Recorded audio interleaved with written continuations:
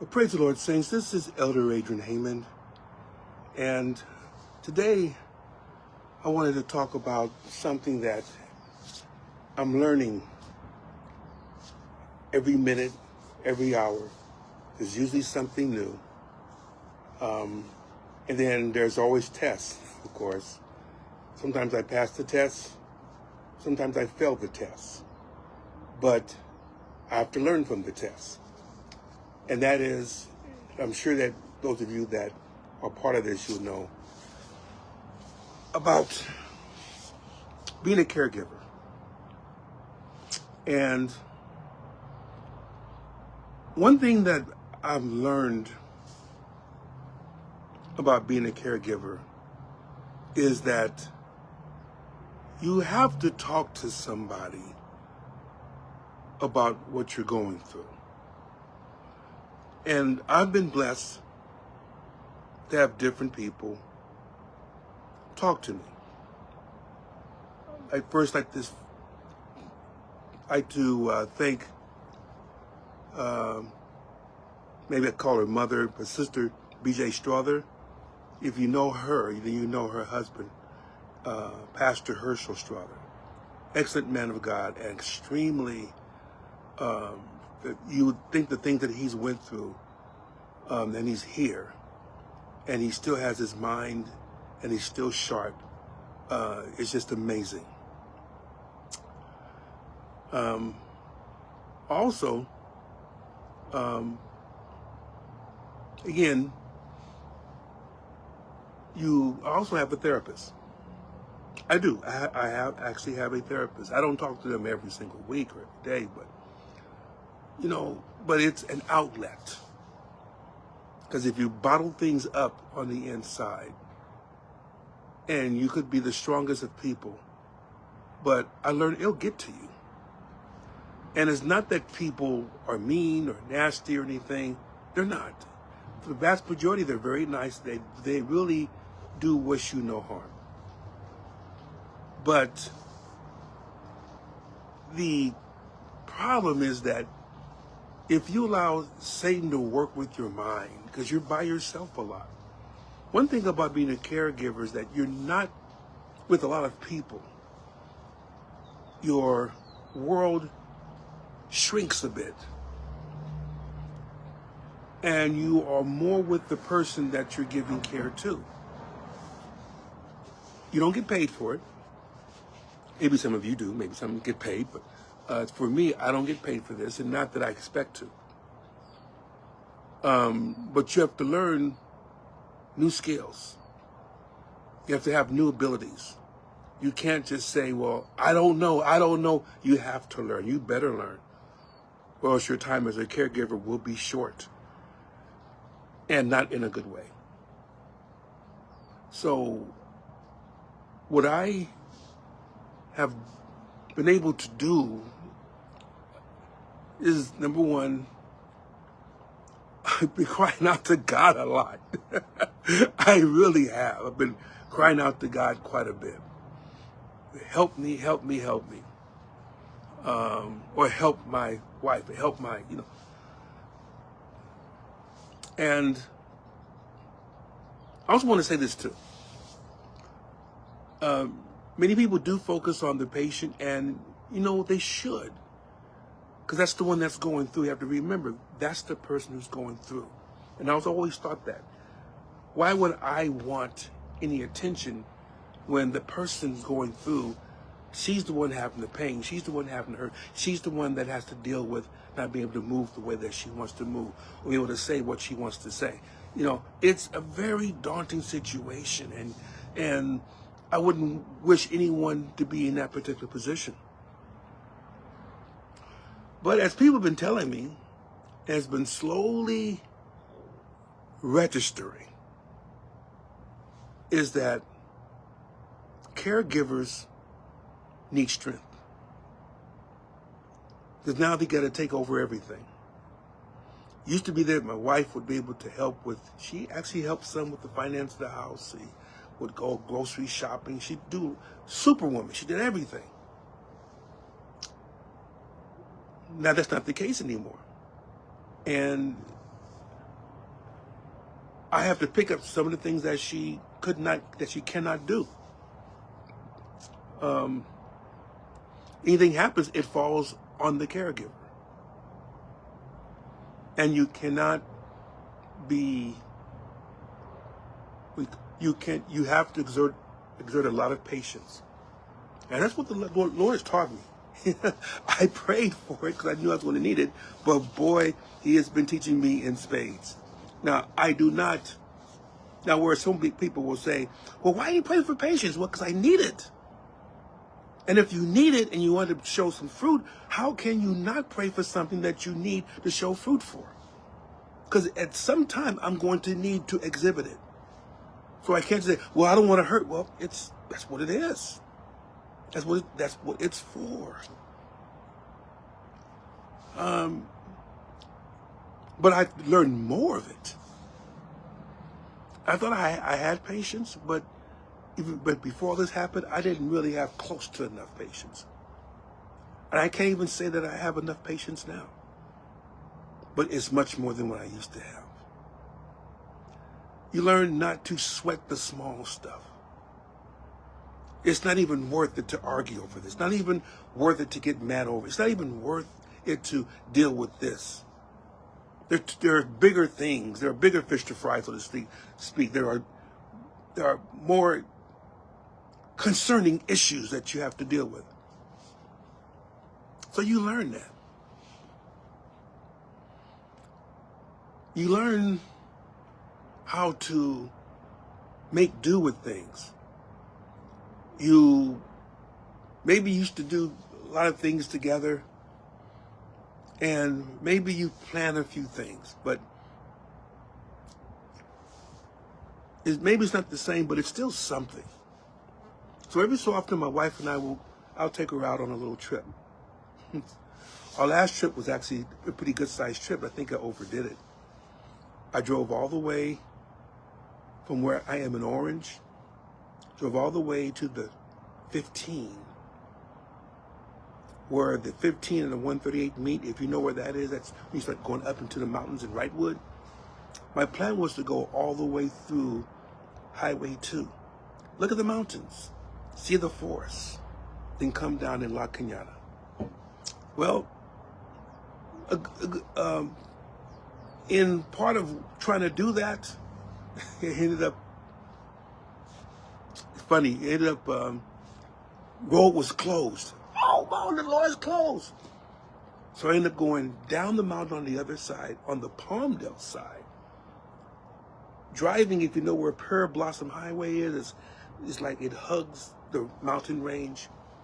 Then as you go up towards Highway 14, then it splits off into one, you go Sierra Highway and hug the 14 all the way into the Santa Clarita Valley. The other way is to go up Angeles Forest Highway. So me, of course, I still want to go up in the mountains, did Angeles Forest Highway. So I went up there, met the two, came back down into La Cañada like I was planning on doing. Long trip. And I know that affected her quite a bit. I think I overdid it for her. But it's things like that. Able to see things, be able to just look at beauty, be able to, and just be alone with you and your loved one. That was precious to me. And I believe was precious to her. I believe she likes that. That she doesn't want to stay in her room all the time. And we don't always know where we're going, but we usually make it. But being a caregiver, you can't be a caregiver and think about yourself. Yes, you do. Well, I take it back. You do have to think about yourself, but only in the context of how it's going to affect you giving care. Maybe not now, but in the future.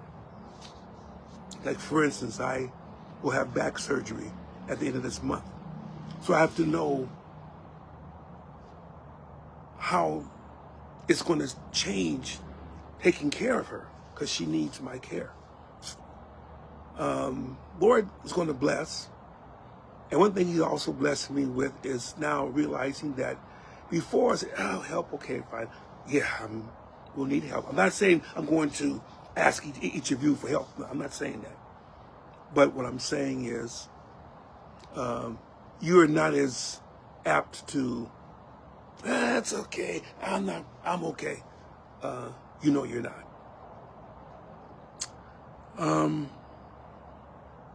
But anyway, this wasn't a session for me to talk about problems. We're just talking about just being a caregiver. Being one that essentially who's never been in that position before, but you're learning. You're learning, you're learning. And as long as it takes, I will do whatever it takes. Whether it's from now to next year, maybe the rest of my wife's life, possible. But as you said, there is something that many of us, when we took our vows, and the vows said, to hold and to have and to hold, to love, honor, and cherish, in sickness and health.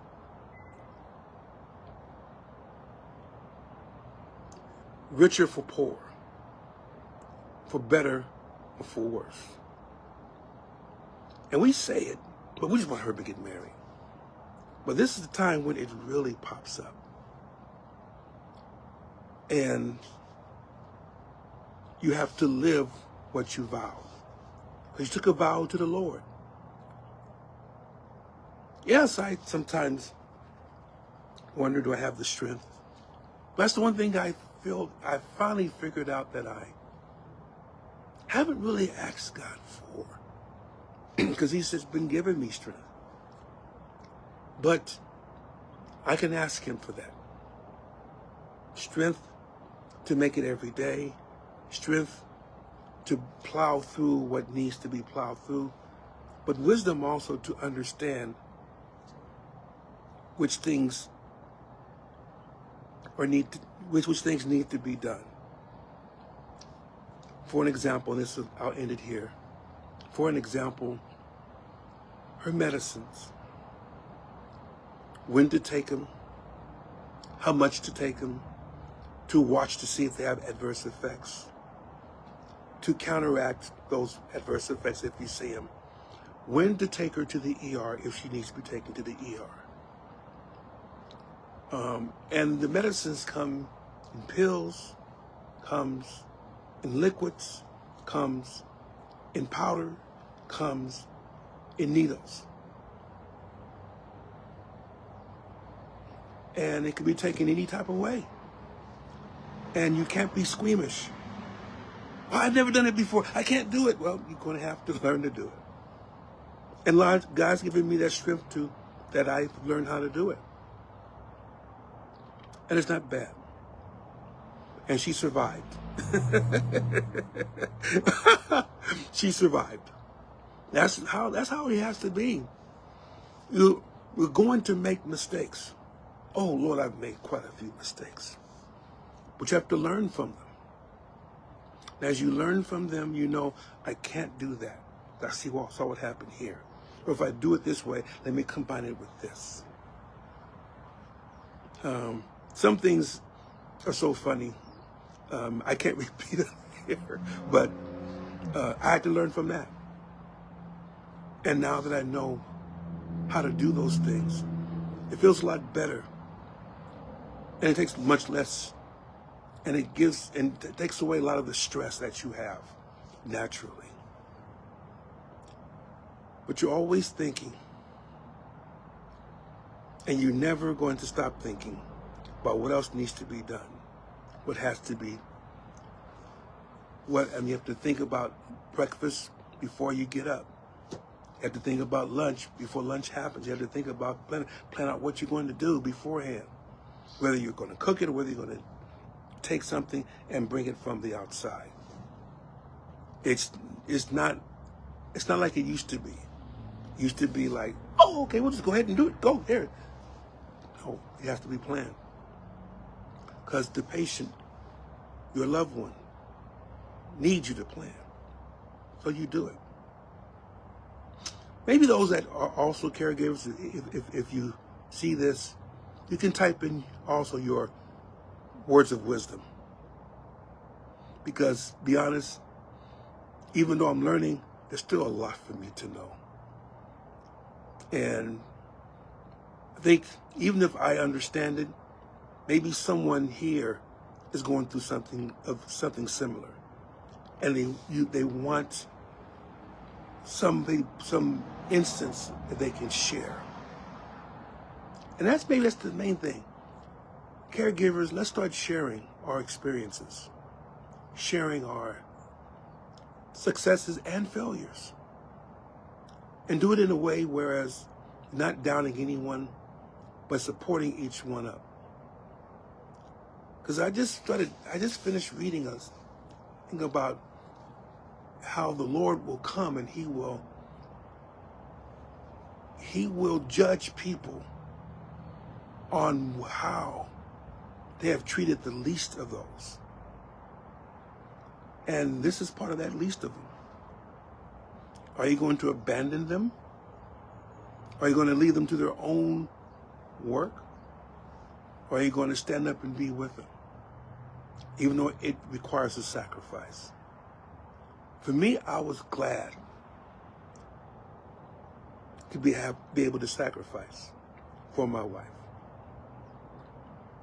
So I know that the Lord will work with me wherever my ministry falls. He'll make room for it, but he also gives me the strength to take care of who I have to take care of. And I'm not going to say it's easy. Sometimes it's daunting. Sometimes it's very hard.